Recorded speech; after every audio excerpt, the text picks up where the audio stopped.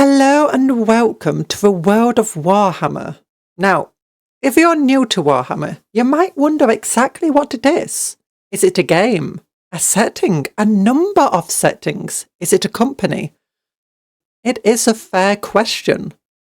What Warhammer really is a brand. Citadel is the company that makes the models and paints. The Black Library is the company that publishes the Warhammer storybooks. Games Workshop is the company that owns the other two companies and owns the Warhammer IP and brand. The brand of Warhammer lends its names to many books, video games, settings and board games. And nowadays it lends its names to the shops and websites that they use to sell the Warhammer products. Of the games and settings related to Warhammer you have Age of Sigmar, Warhammer 40k, the Horus Heresy, Warhammer Fantasy, Warhammer the Old World, and Necromunda, just to name a few. I could do an entire video listing all of the defunct and current games and worlds that are connected to Warhammer, and it would probably be an hour long just reading names. But today, all I want to do is give you a simple introduction to Warhammer, its major settings, and ultimately help you find your way a little bit in the confusing world of Warhammer. So with that, let's start with some real history, because half a century ago, 50 whole years, all the way back in 1975, Games Workshop was founded in the city of Nottingham, England. And as the name implies, they made games. Originally, wooden boards for games like backgammon. They would go on to import Dungeons and Dragons and even ran game conventions.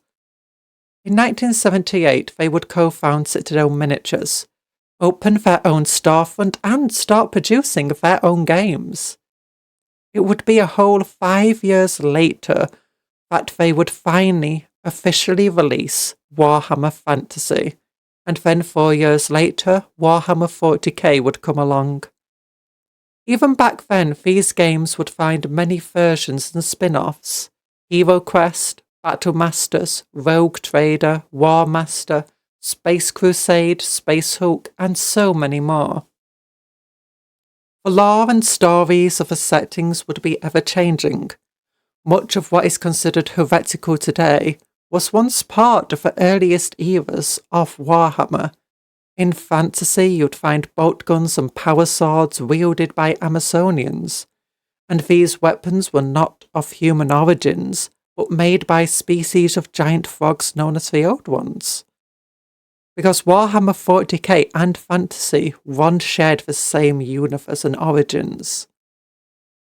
But in addition to that, in 40k, you would find female space marines alongside male ones, and that's not even mentioning the half-Eldar space marines.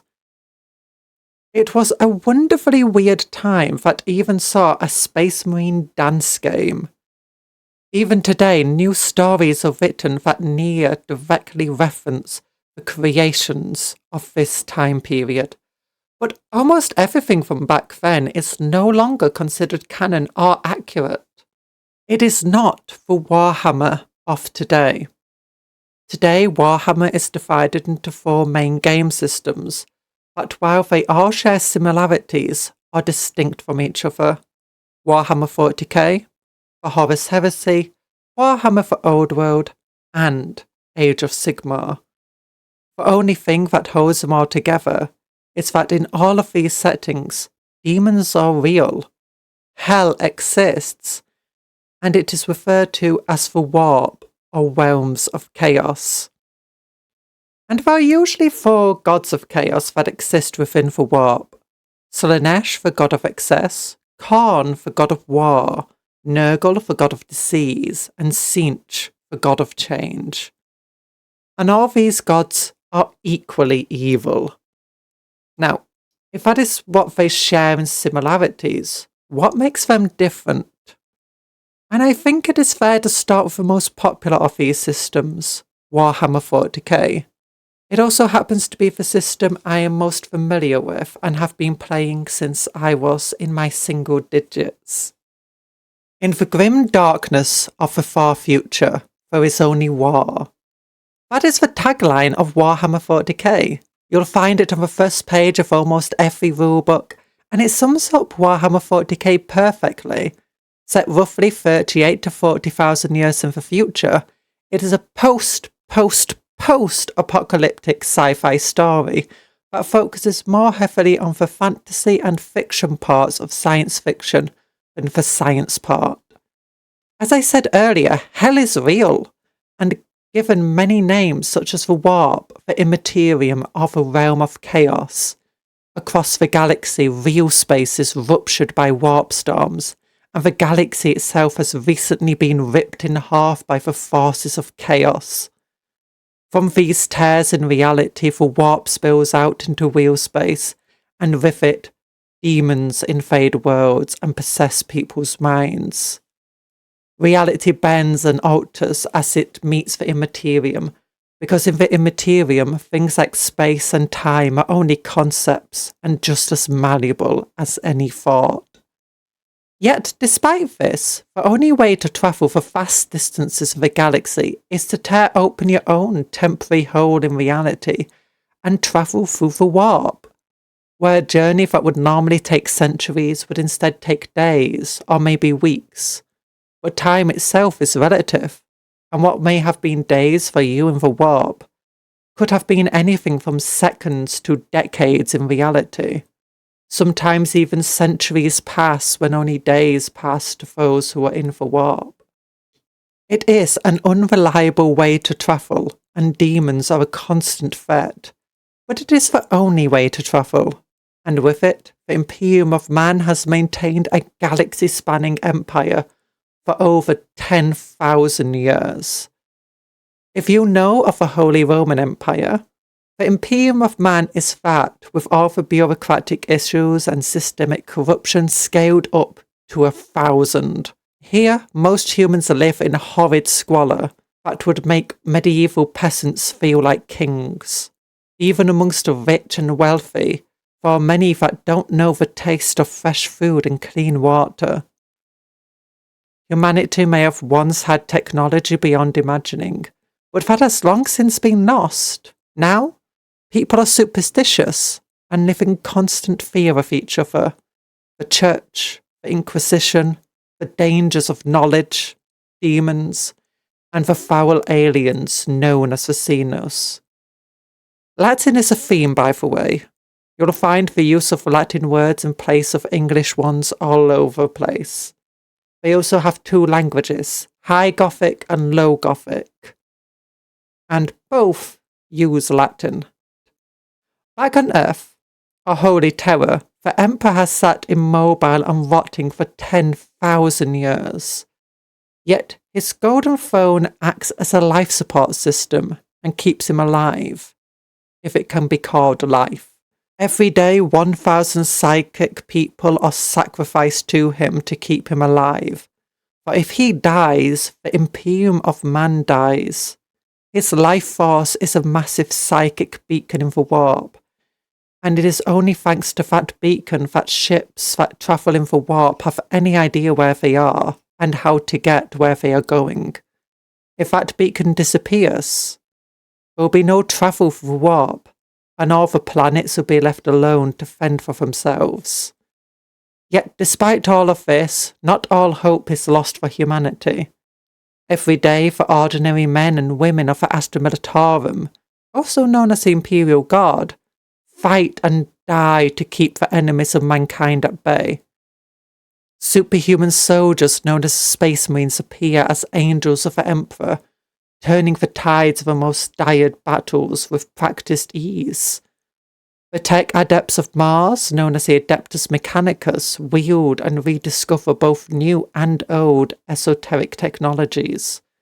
They may replace their flesh with metal. They may lobotomize people to use them as living computers and robots. For AI is banned and seen as an abhorrent evil. but it is the work of the Adeptus Mechanicus and their actions that build the machines that better people's lives, and it is they who care for and manufacture the great god engines known as Knights and Titans that stride across the battlefield and teach the enemies of mankind what true fear is. But the humans are not the only ones in the setting. There are the dying race of the Eldar, which are basically just elves in space. There is the Dark Eldar, which are the evil elves that feed on suffering to survive. There are the Tau, who are a young race that run around in mecha battlesuits and believe in a greater good. If you want to find a good faction in the Warhammer 40k universe, they are the closest to it that you will find. But even they have their dark side. There are also the Necrons, who are undead robotic skeletons that once ruled the galaxy tens of millions of years ago. There are the Leagues of Photon, who are space dwarves and fanatic capitalists that originally descended from humans. You also have the Tyranids, who are the ever-evolving hive mind of bugs that just want to eat everything. And they produce the gene stealers that infect humans and other aliens, making cults that worship the hive mind as a holy farce. And these cults work to undermine the defences of their home planets, often quite literally. And we shouldn't forget the Orcs, who are big and green fungus boys that like nothing better than a good old scrap and to crump their enemy. And when I say fungus, yes, they are literally made out of fungus. They grow from spores in the ground, and when you kill them, just more spores scatter everywhere that grow into new orcs. The only way to get rid of them for good is to use good old fire. And with that, you have the setting of Warhammer 40k. There are a few game systems set in the setting of Warhammer 40k. The chief among them is the game simply known as Warhammer 40k, where you command one of the many armies of these various factions and do battle against other armies. Combat Patrol is the exact same game, but just with smaller battles using preset army lists. There are a few rule variations here, but chiefly it is the same game. Then you have Kill Team. It is a skirmish game that uses some of the same models that are used in 40k, but this time it is focusing on small teams, usually of 5 to 10 operatives that fight each other, and it uses a completely different rule system to the previous two games. And lastly, we have the setting of Necromunda. This is a campaign-focused role-playing game where you lead gangs against each other on the hive world of Necromunda. Those are the active game systems today that you will find on the Warhammer website. Moving on to the Horus Heresy. This actually shares a lot in common with Warhammer 40k, but it is set 10,000 years earlier. You may hear it referred to as 30k as a result. There are no aliens because it focuses on the early Imperium of Man, back when the Emperor still walked and lived. Not too long before this setting was the Age of Strife, a time where humanity was scattered across the galaxy, with no unifying power to hold them together. They were at the mercy of aliens and demons until the Emperor took control of Holy Terror and started his crusade. The Emperor would go on to create 18, and definitely not 20 or 21, genetically modified sons known as Primarchs. Then, from these Primarch genes, he created the first Space Marines, a legion for each son.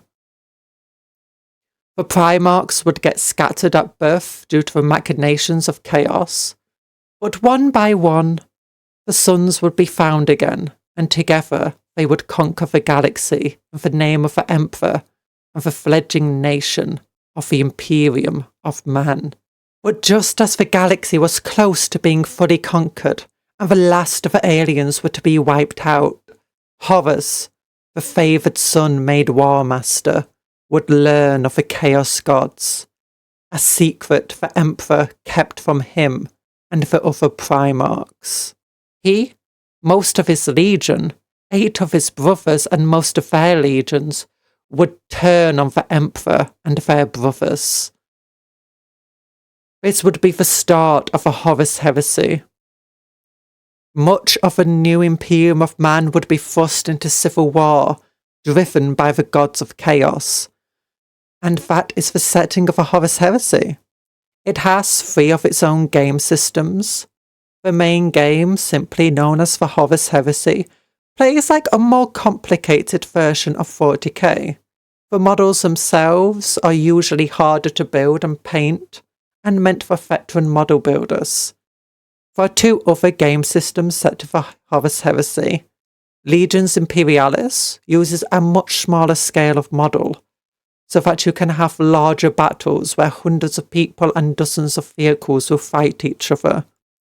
While Adeptus Titanicus is the same scale of game as Legions Imperialis, and even uses some of the same models, but that game system solely focuses on Titans fighting each other. Titans, also referred to as God Engines, are giant walking mecha battlesuits, but even the smallest is tens of meters tall. And with that, we move on to the world of fantasy. Yeah! I love fantasy. It's near and dear to my heart, but it is unfortunately a bit weird and confusing, because the tabletop battle game known as Warhammer Fantasy was made defunct back in 2015.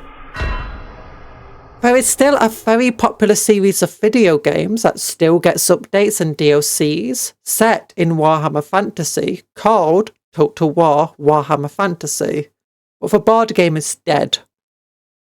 Until 2024, where the fantasy setting was semi-brought back to tabletop with Warhammer the Old World. And so what is Warhammer Fantasy? And well, as the name implies, it is a fantasy setting. In some regards it's similar to 40k, but it's not quite as grim or dark. It takes place on a single planet, and it mostly focuses upon the Empire of Man, which is fully inspired and based upon the Holy Roman Empire. This empire does have an emperor. He's called Karl, and he's actually alive and active and not a god, and he's an all-round great fella. If you don't love Karl, fair dues to you, but Karl is great. Life in the Empire is sometimes similar to a high medieval peasant life, but in some areas it's more like the mid-Renaissance. For a lucky and wealthy few, it's more akin to the colonial era of Europe, and for some very unfortunate few, it's more akin to being a poor worker in the Industrial Revolution of Britain.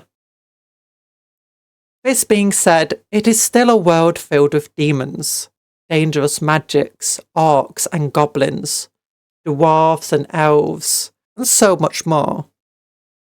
But the Empire does have tanks, and that kind of evens the odds. But even tanks don't necessarily help you when the threat is undead and vampires. And it especially won't help you against the great and all-consuming horror that is a corrupt bureaucracy.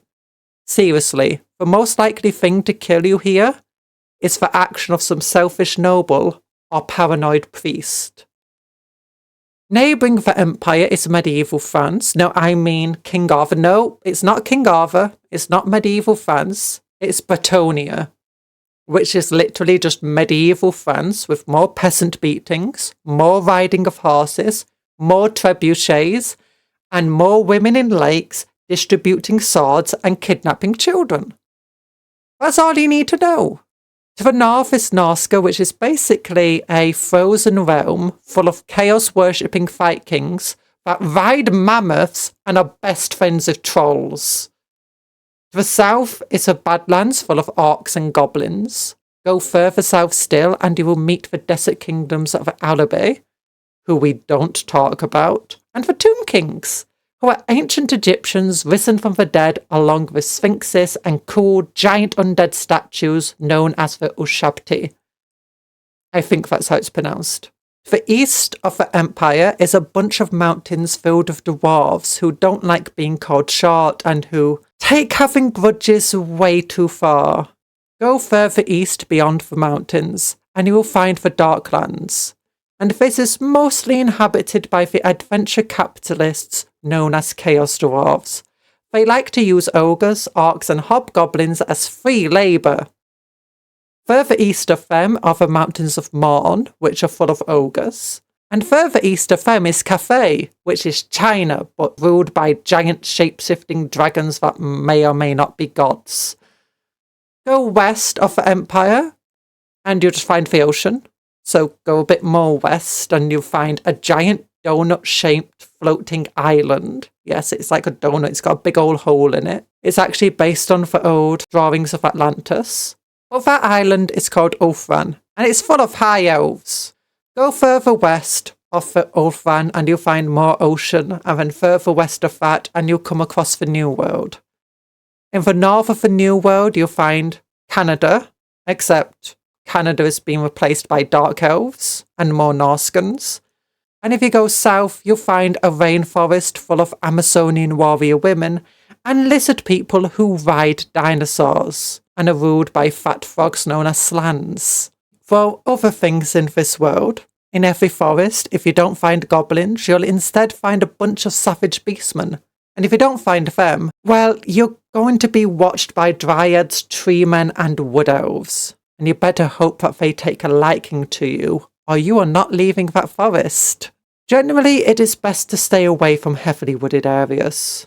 And also, don't go into the sewers either. There's no civilization of giant rat men living underground. I should also mention that this time period is known as the End Times, because the last champion of chaos has mustered the largest army ever, and it's going to destroy the world, mainly thanks to Manfred. No one likes Manfred. He's a vampire. He's bad. If you want a good vampire, you've got Vlad and Isabella. They're beautiful. That is a setting, and the only tabletop battle game that still takes place here, and that Games Workshop still produces, is Warhammer the Old World, but it is not the exact same setting.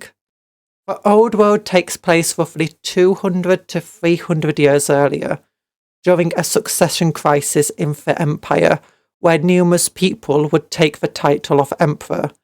As chaotic as that sounds, life here isn't that much different from the normal fantasy setting.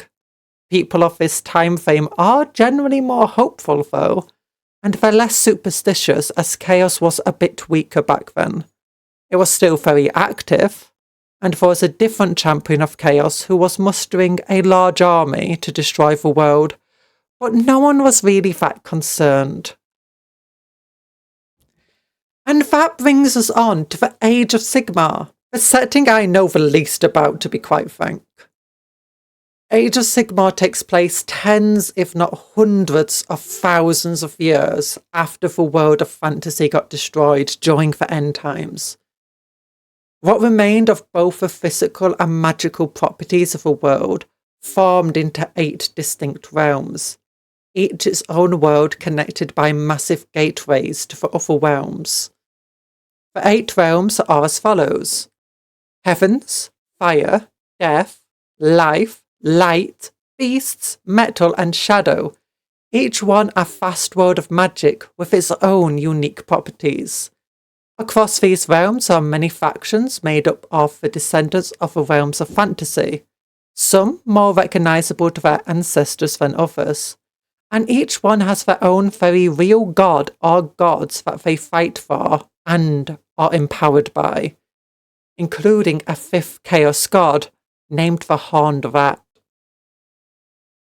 None of these factions particularly like each other, but they can be grouped together into 4 main forces: the forces of order, the forces of death, the forces of chaos, and the forces of destruction.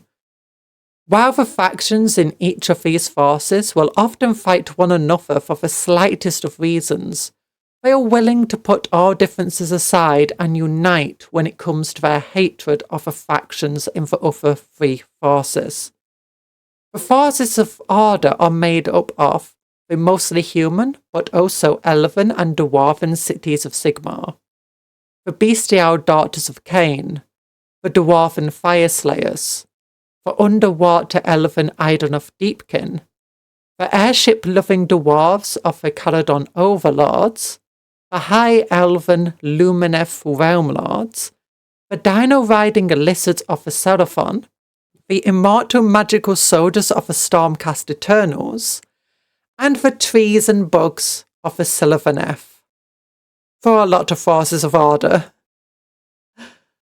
The forces of Chaos are made up of the followers and demons of the four Chaos gods, Khorne, Slaanesh, Nurgle and Tzeentch, but you also have the followers of the fifth Chaos god, the Horned Rat. Their followers are mostly made up of the Skaven, which are giant rat men. And then, in addition to them, you have the Chaos Dwarves, known as the Hellsmiths of Hashut. The forces of Death are led by the best boy Nagash. Yeek! I like Nagash, he's cool. I did collect a very large Vampire Count's army, so, you know. But anyway, the forces of Death are led by Nagash, and they're made up of the ghoulish flesh-eater Khors, who are a bunch of cannibals that are cursed to believe they are valiant nobles, and they do not bear witness to the undead and gore that surrounds them. There's also the Nighthaunt, who are all ghosts, the Osthriarch Bone Reapers, who are a bunch of skeletons and constructs made from skeletons. And lastly, there are the Soulblight Gravelords, who are the vampires and their undead followers. The forces of destruction are made up of the ogres, the ogre Maw tribes, the Gloomspite Gits, who are made up of the goblins that prefer to be called grots, trolls that prefer to be called troggoths, and they all have an unhealthy obsession with squigs, spiders and wolves. There's also the faction known as the Orc War Clan, and while they may look and act just like orcs, they are called orcs. And lastly, there is a faction of giants, or gargants, known as the Sons of Behemoth. Age of Sigmar has 4 game systems connected to it. The game simply known as Age of Sigmar, which plays similarly to 40k. Spearhead, which is similar to the normal game, but with smaller preset armies and faster paced games. There is Warcry, which is a skirmish game featuring forces of usually 5 to 10 individuals fighting each other. And lastly, there is Warhammer Underworld, which is a sort of deck builder RPG board game. And so finally we come to a close. Yay! I hope I have helped you learn a little bit about Warhammer and the 4 major settings. If so, please comment to tell me. And if all I did was make you more confused, or if I got something wrong, please also comment and tell me that. I hope you had a good time either way. And thank you for watching, and don't forget to like. Please! Yay!